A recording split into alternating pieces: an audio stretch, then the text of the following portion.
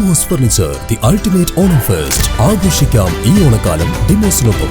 UDF ഗവൺമെന്റിന്റെ budget, മുഖ്യമന്ത്രി ധനകാര്യ വകുപ്പ് മന്ത്രിയായ ഒരു സർക്കാരിന്റെ ബഡ്ജറ്റിൽ സർക്കാർ ആശുപത്രിക്ക് നൽകേണ്ട ഫണ്ട് വെട്ടിക്കുറച്ചു. എന്താ കാരണം? നവ ഉദാരവൽക്കരണ നയം പിന്തുടരുന്ന ഒരു സർക്കാർ ആയതുകൊണ്ടാണ്. സേവന മേഖലകളിൽ നിന്ന് സർക്കാർ പിന്തിരിയണം. സേവന മേഖലകളിൽ നൽകുന്ന പണം കൊടുക്കേണ്ടതില്ല, സർക്കാർ ആശുപത്രിക്ക് പ്രത്യേകിച്ച് പണം കൊടുക്കേണ്ടതില്ല എന്നാണ് ഈ നയം പറയുന്നത്. UDF ഗവൺമെന്റ് ആഗ്രഹിക്കുന്നത് ആരോഗ്യ മേഖലയും സ്വകാര്യ കുത്തകകളുടെ കൈകളിലെത്തിയാൽ സ്വസ്ഥം സുഖകരമാകും.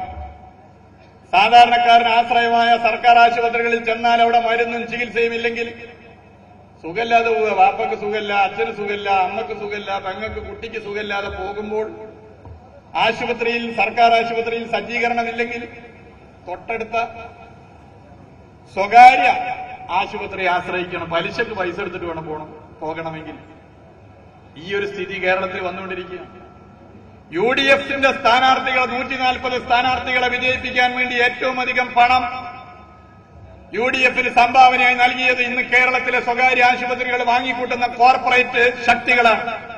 നിങ്ങൾ നോക്കൂ, കേരളത്തിലെ പ്രധാനപ്പെട്ട പ്രൈവറ്റ് ഹോസ്പിറ്റലുകൾ, ആ പ്രൈവറ്റ് ഹോസ്പിറ്റലുകൾ ചില ശൃംഖലകൾ വാങ്ങിയിരിക്കുകയാണ്. അവരാണ് ഈ നിയമസഭാ തെരഞ്ഞെടുപ്പിൽ, ഈ നിയമസഭാ മണ്ഡലത്തിൽ ഉൾപ്പെടെ കേരളത്തിലെ 140 നിയമസഭാ മണ്ഡലങ്ങളിലും UDFന്റെ സ്ഥാനാർത്ഥികൾക്ക് വേണ്ടി ഏറ്റവും ഫണ്ട് നൽകിയിട്ടുള്ളത്. ആരോഗ്യവകുപ്പ് മന്ത്രി ഈ തിരുവനന്തപുരത്തെ MLA കൂടിയാണ്, നഗരത്തിലെ MLA. കോഴിക്കോട്ട്, തൃശൂര്, കോഴിക്കോടൊക്കെയായി നിന്ന ആളാണ്. അദ്ദേഹം മന്ത്രി എന്നുള്ളതിൽ ഒരു സമ്പൂർണ്ണ പരാജയമാണെങ്കിലും ഒരു ദീർഘവീക്ഷണമുള്ള രാഷ്ട്രീയ നേതാവാണ്. അദ്ദേഹം വളരെ മുമ്പ് തന്നെ, ഒരു 5-8 കൊല്ലം മുമ്പ് തന്നെ പറഞ്ഞിട്ടുണ്ട്, എരണം കെട്ടവർ നാട് ഭരിച്ചാൽ നിപ്പ പോലുള്ള അസുഖം വരും. എത്ര ദീർഘവീക്ഷണമാണ്! ഇന്നത്തെ ഒരു അവസ്ഥ അന്നേ മനസ്സിലാക്കി എരണം കെട്ടവർ നാട് ഭരിച്ചാൽ ഈ അവസ്ഥ വരുമെന്ന് പറയുന്ന അദ്ദേഹത്തിന് ദീർഘവീക്ഷണ ശ്രീ പട്ടം നൽകണമെന്നുള്ള അഭിപ്രായം ചിലർ പറയുന്നുണ്ട്. പക്ഷെ ഞങ്ങൾ അങ്ങനെ വ്യക്തിപരമായി അധിക്ഷേപിക്കാൻ തൽക്കാലം തയ്യാറാകുന്നില്ല. അതാണ് കേരളത്തിലെ ആരോഗ്യവകുപ്പ് മന്ത്രി.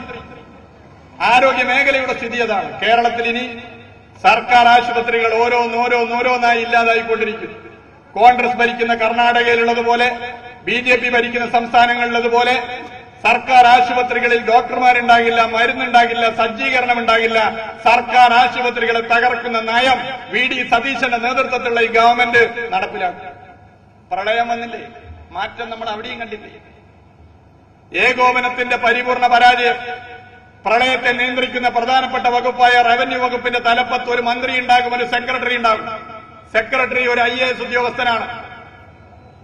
റവന്യൂ സെക്രട്ടറിക്ക് കേന്ദ്ര ഡെപ്യൂട്ടേഷൻ കിട്ടി അങ്ങോട്ട് പോയപ്പോ ആ പോസ്റ്റ് ഒഴിവായി കിടക്കുന്നു. റവന്യൂ വകുപ്പ് മന്ത്രി, കോൺഗ്രസ് നേതാവ്, AICC സെക്രട്ടറിയുടെ പ്രിയപ്പെട്ടവൻ ഒരു IAS ഉദ്യോഗസ്ഥനെ വെക്കണമെന്ന് നിശ്ചയിച്ചപ്പോൾ മുഖ്യമന്ത്രി അതിനെ എതിർത്തു. മുഖ്യമന്ത്രി വേറൊരു പേര് പറഞ്ഞു. രണ്ടുപേരിൽ തർക്കം. അപ്പൊ മുസ്ലിം ലീഗ് പറഞ്ഞു, ഇത് രണ്ടും വേണ്ട, ഞങ്ങളൊരു IAS ഉദ്യോഗസ്ഥനെ പറയാം. അങ്ങനെ 3 IAS ഉദ്യോഗസ്ഥരുടെ പേരിൽ തർക്കം കൂടി നിൽക്കുമ്പോൾ ഒരു റവന്യൂ സെക്രട്ടറിയെ നിശ്ചയിക്കാൻ പറ്റിയില്ല.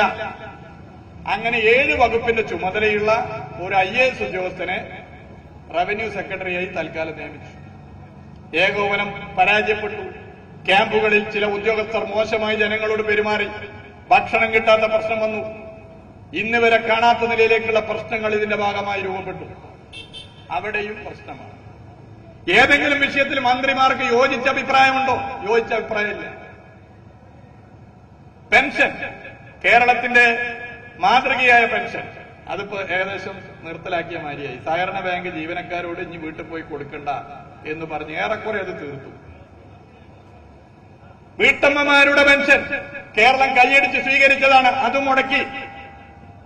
CMDRF, മുഖ്യമന്ത്രിയുടെ ദുരിതാശ്വാസ നിധിയിൽ നിന്നും പ്രയാസം അനുഭവിക്കുന്നവന് മധ്യവർത്തിയില്ലാതെ നേരിട്ട് അപേക്ഷിച്ചാൽ ലഭിക്കുന്ന നിധി, അതും ഇല്ലാണ്ടായി. ഇങ്ങനെ ഓരോന്നില്ലാണ്ടാവും. എന്നാൽ മന്ത്രിമാർക്ക് പല കാര്യത്തിലും യോജിച്ച അഭിപ്രായമില്ല. വീര്യം കുറഞ്ഞ മദ്യത്തിന്റെ കാര്യത്തിൽ ധനകാര്യമന്ത്രിയായ മുഖ്യമന്ത്രിയുടെ അഭിപ്രായമല്ല എക്സൈസ് വകുപ്പ് മന്ത്രിക്ക്. PM-ശ്രീയുടെ കാര്യത്തിൽ മന്ത്രിമാർക്ക് വ്യത്യസ്ത അഭിപ്രായം. പവർ കട്ടിന്റെ കാര്യത്തിൽ വ്യത്യസ്ത അഭിപ്രായം. എന്തിന്? മഴ പെയ്യുന്നുണ്ടോ ഇല്ലയോ എന്ന കാര്യത്തിൽ പോലും യോജിച്ച അഭിപ്രായമില്ല. പൊതുമരാമത്ത് വകുപ്പ് മന്ത്രി പറയുന്നു നല്ല മഴയാണ് അതുകൊണ്ട് റോട്ടിൽ കുഴിയുണ്ടാകും. ആരോഗ്യവകുപ്പ് മന്ത്രി പറയുന്നു നല്ല മഴയാണ് അതുകൊണ്ട് പകർച്ചവ്യാധി ഉണ്ടാകും. വൈദ്യുതി മന്ത്രി പറയുന്നു മഴയില്ല അതുകൊണ്ട് പവർ കട്ട് ലോഡ് ഷെഡിംഗ് ഉണ്ടാകും. ഇങ്ങനെ ഒരു മഴ കേരളത്തിൽ പെയ്യുന്നുണ്ടോ ഇല്ലേ എന്നുള്ള കാര്യത്തിൽ പോലും യോജിച്ച അഭിപ്രായമില്ലാത്ത മന്ത്രിമാരടങ്ങിയ ഒരു മന്ത്രിസഭ. അതല്ലേ സ്ഥിതി? ഈ 3 മാസത്തിനിടയിൽ ഇങ്ങനെ പേരുദോഷം കേൾപ്പിച്ച ഒരു ഗവൺമെന്റ് ഉണ്ടോ? എന്നാ മുഖ്യമന്ത്രിക്ക് ഇതിനൊന്നും നേരെയില്ല. മുഖ്യമന്ത്രി ഓരോ ബുധനാഴ്ചയും ഇപ്പൊ നടത്തുന്ന പത്രസമ്മേളനം വല്ലാത്തൊരു പത്രസമ്മേളനം. നമ്മുടെ സിനിമാ നടൻ ജഗദീഷ് ഇന്നലെ പറയുന്നത് കേട്ടു, ഒരു പ്രസ്താവന. ബുധനാഴ്ചത്തെ മുഖ്യമന്ത്രിയുടെ പത്രസമ്മേളനം കാണാൻ കൊതിക്കുകയാണ്. ജഗദീഷ് ഇത്തവണ സീറ്റ് കിട്ടിയിട്ടില്ല, കഴിഞ്ഞ തവണ മത്സരിച്ചാണ്. വല്ലാത്തൊരു സ്നേഹമാണ് മുഖ്യമന്ത്രിയോടെന്ന് ഇന്നലെ പ്രസംഗം കേട്ടപ്പോ മനസ്സിലായി. ഓരോ ബുധനാഴ്ചയും മുഖ്യമന്ത്രി നടത്തുന്ന പത്രസമ്മേളനത്തിലെ നുണ ഫാക്ട് ചെക്കിലൂടെ പരിശോധിച്ച് പുറത്തുവിടുകയാണ് കേരളത്തിൽ. MDMA കേസിലെ പ്രതി, യൂത്ത് കോൺഗ്രസിന്റെ നേതാവ് മുഖ്യമന്ത്രിയുമായി ബന്ധമുണ്ടെന്നുള്ള വിവരം വന്നപ്പോൾ അദ്ദേഹം പത്രസമ്മേളനത്തിൽ പറഞ്ഞത് ഞാൻ 2023 പരിചയപ്പെട്ടാണ്. അപ്പൊ അതിന്റെ മുമ്പേയുള്ള വാർത്തകൾ പുറത്തു വന്നു. മുമ്പേ VD സതീശൻ MDMA കേസിലെ പ്രതിയെ കെട്ടിപ്പിടിച്ചിരിക്കുന്ന ഫോട്ടോ വീഡിയോയും പുറത്തു വന്നു.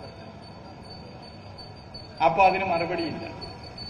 എല്ലാ ബുധനാഴ്ചയും നുണ പറയുന്ന സ്ഥിതി വരുന്നു. സാധാരണ ഏപ്രിൽ 1 വെട്ടി ദിനമാണെങ്കിൽ കേരളത്തിന് ഇനി എല്ലാ ബുധനാഴ്ചയും ലൈ ഡേയാണ്, നുണദിനമാണ്, നുണ പറയുന്ന ദിവസമാണ്. ഏപ്രിൽ ഫുൾ കൊല്ലത്തിൽ ഒരിക്കലാണ് കിട്ടുന്നതെങ്കിൽ മലയാളിക്ക് സൗഭാഗ്യം വന്നിരിക്കുകയാണ്. ഒരു കൊല്ലത്തിൽ 48 നുണദിനങ്ങൾ ബുധനാഴ്ചകൾ പുറത്തിറങ്ങിയാണ്. എന്തായിരുന്നു തേവര കോളേജിലെ പ്രസംഗം? 14ാം വയസ്സിൽ പ്രീ ഡിഗ്രിക്ക് ഞാൻ ചേർന്നപ്പോൾ ആ കാണുന്ന തെങ്ങിന്റെ മുകളിൽ കയറി. സാധാരണ കേരളത്തിൽ കുട്ടികൾ 15 വയസ്സിലാണ് പ്രീ ഡിഗ്രി, 15-16 വയസ്സിലാണ് പ്രീ ഡിഗ്രിക്ക് ചേരുന്നത്. ആഫ്രിക്കയിലും അന്റാർട്ടിക്കയിലും യൂറോപ്പിലും എങ്ങനെയാണെന്ന് എനിക്കറിയില്ല. എന്നാൽ VD സതീശൻ പ്രീ ഡിഗ്രിക്ക് പഠിച്ചത് കേരളത്തിലാണ്. 14ാം വയസ്സിൽ പ്രീ ഡിഗ്രിക്ക് ചേർന്നപ്പോൾ ആ കാണുന്ന തെങ്ങിന്റെ മുകളിൽ ഞാൻ കയറി. അപ്പോൾ ബൈനാക്കുലർ വെച്ച് പ്രിൻസിപ്പാൾ എന്നെ നോക്കി, എന്നെ വിളിച്ച് വരട്ടി. ഇതാണ് അദ്ദേഹം പറഞ്ഞത്. 14ാം വയസ്സിൽ പ്രീ ഡിഗ്രിക്ക് ചേർന്ന് തെങ്ങുമ്മ കയറിയ ഒരു മുഖ്യമന്ത്രി. വർഷങ്ങൾക്ക് മുമ്പ് ഇന്ത്യയുടെ പ്രധാനമന്ത്രിയെ കുറിച്ച് ഇതുപോലെ ഒരു കഥ വന്നിരുന്നു. 9ാം വയസ്സിൽ മുതലേ പിടിച്ച വ്യക്തി. ഇനി എന്താ നമുക്കൊരു കുറവ്?